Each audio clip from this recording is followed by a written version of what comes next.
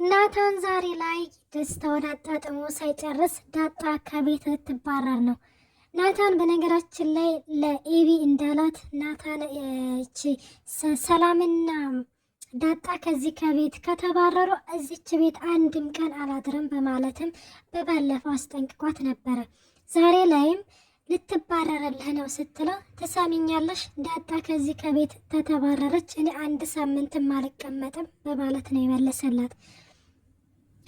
በባለፈው እንደተመለከትነው ኤቢ እንግዲህን ተደብቃ በስልካቸው ቀርጻቸው ነበርና ያንን በእኩለ ሌሊት ሄዳ ለወይዘሮ ማርታ ልታሳያ ስትል ወይዘሮ ማርታም በጣም ትናደድና ቆይ አንቺ ልጅ ሰው መተኛት አይችልም ማለት ነው በማለት ተናዳ ከዛ ከክፍል ስታስወጣት ለአባቷ ለመላክም ሙከራ አድርጋ ነበረ። ግን ሙከራው አልተሳካላትም። ናታንና እንዲሁም ዳጣ ቀርመዋት በውሃ ስልክ እንግዲህን ፎርማት አድርገውባት ነበረ። እንዲሁም የእሷን ስልክ በተኛችበት በመስረቅ እንዳለ ከስልኮቿ የትምህርት ቤት ማስረጃዎቿን፣ ፎቶዎቿን አንድ በአንድ ሪሞቭ በማድረግ እንግዲህ ናታን እንደዚህ አድርጓት ጉር ሰርቷታል። ሰላም ጤና ይስጥልኝ ውድና የተከበራችሁ የቻናል ቤተሰብ እንዴት ናችሁ? ደህና ናችሁ ወይ? ያለው እግዚአብሔር ይመስገን። ለዚህ ቻናል አዲስ የሆናችሁ ሰብስክራይብ በማድረግ ቤተሰብ ሆኖ እንዲሁም ነባሮች ስለምታበረታቱኝ እጅግ አድርጌ አመሰግናለሁ። ተወዳጅና ልብ አንጠልጣይ የሆነውን ዳጣ ድራማ ይዘንላችሁ ቀርበናል። ዳጣ ከዚህ ከቤት መባረር የለብኝም እያለችን በውስጧ ለብቻዋ ብዙ ጥያቄዎች እየተመላለሱባት ነው። እኔ እኮ አባዬ እንደዚህ ሊያፍርብኝ አይገባም ሊኮራብኝ እንጂ እያለም ናታንም እንዲሁም ለብቻው በጣም ተጨንቆ ነበረ። እናም ይህንን ነገር እንግዲህ ግን ደረጀ ከሰማ በጣም ነው የሚበሳጭብኝ እያለችም ናታ እቺ ዳጣ እንግዲህ በጣም ተጨንቃለች። ምክንያቱም ደረጀ ብዙ ያልመለሰላት ጥያቄዎች አሉ። ስለ እናቷ አላወቀችም። ስለዚህ በትዕግስት ጠብቂ ብሏት ነበረ። ከኤቢም ጋር ደግሞ እንዳትጣሉ በማለት ብዙ ጊዜም አስጠንቅቋት ነበረ። ይኸውልሽ በባለፈው ራሱ ከተመለከትነው ምንድን ያለት ደረጀ ማርታ ይህንን ነገር ከምታቅ አንቺ ዳጣንና ኤቢን እህቶችሽ እንደሆኑ ባታቂ ይሻላል በማለትም አስጠንቅቋት ነበረ። እሷም ይሄን ሁሉ ነገር ታግሳ እናቷን ለማወቅ እንግዲህን ታግሳ በስተመጨረሻ ከዚህ ከቤት ትወጫለሽ በጣም አዝናለሁኝ የሚባል ነገር ስትሰማ ዳጣ በጣም መሆንና የምትሆነውና የምታረገው መላቀጡ ላይ ጠፋት። ማርታ ይህንን ነገር ስትላት እንዲህ ውሃስ እናንተ ስትልም ማርታ በጣም አዝናለሁ በማለትም ትታት ትሄዳለች።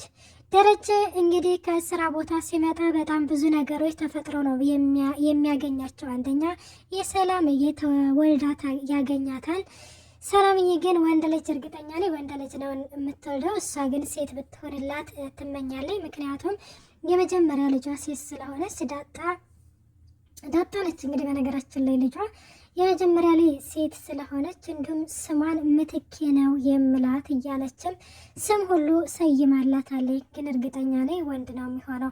ምክንያቱም አንደኛ ደረጃ በጣም ይጓጓል። ያው ማርታ ላይ መውለድም ስላቆመች እንደዚህ ይሆናል ብዬ አስባለሁኝ። ደረጃ በነገራችን ላይ በጣም ደስ ነው የሚለው። ወንድ ልጅ ይወለድለታል። ደስ ይለዋል ወይስ ደስ አይለውም? ምን ይሆናል ብላችሁ ታስባላችሁ እናንተ? በዛ ላይ ደግሞ ለማርታስ ማርታ በነገራችን ላይ ዳጣ የደረጀ ልጅ እንደሆነች እንዲሁም አሁን የተረገዘው ልጅ የደረጀ መሆኑ ስትሰማ ምን የምትል ይመስላችኋል? በጣም ማለት እኔ የማርታን መጨረሻ ነው ማየት በጣም የጓጓት። ማለት ምን ትላለች፣ ምን ይሰማታል የሚለውን ነገር በጣም ነው። ደረጀ በነገራችን ላይ ይሄ ነገር ከተሰማ ትዳር አደጋ ላይ ነው በማለትም በጣም ብዙ ጊዜ ለሰላምዬ ራሱ ነግሯታል ማለት ነው። እናም ዳጣ በነገራችን ላይ ይህ ነገር ከቤት ትወጫለች ስትባል ኤቢ በጣም ተደሰተች። በነገራችን ላይ እሷ በጣም ፎክራ ነበረ። ሰላምን እና አንቺን ከዚህ ከቤት መንቅሬ ካላስወጣሁኝ እኔ ኤቢ አይደለሁም፣ እኔ ያሰብኩትን ነገር ካላሳካሁኝ መቼም ቢሆን አርፌ አልቀመጥም ብላለች። የፎከረችው ነገር ዛሬ ላይ እውን ሊሆንላት ነው ወይስ ደረጀ ሲመጣ ይህ ሀሳብ ተቀይሮ ዳጣ እዚሁ ቤት መኖር ትቀጥላለች? ውሃ ደግሞ ዳጣ የኛ ልጅ ነች፣ ከዚህ ከቤት በፍጹም መውጣት የለባትም በማለትም እያለቀሰች ነው። ናታን ቆይ ማን ነገረሽ ዳጣ ከዚህ ከቤት እንደምትወጣ ብሎም ሲጠይቃት ኤቢ ነገረችኝ በማለትም ትለዋለች። ይኸውልሽ ዳጣ ይኸውልሽ ውሃ ዳጣ ከዚህ ከቤት ብትወጣም እኮ ውጭ ላይ ከውሃ ጋር ታገኟታላችሁ ሲልም አይ እምብየው ዳጣ ከዚህ ከቤት መሄድ የለባትም ዳጣ እኮ የኛ ልጅ ነች ትላለች። ናታን አንድ ነገር ይነግራታል። ዳጣ ከዚህ ከቤት እንዳትወጣ አባዬ ሲመጣ አትወጣም ብለሽ ንገሪው ይላታል። ውሃን በጣም አዝና እንግዲህን እያለቀሰች ትሄዳለች።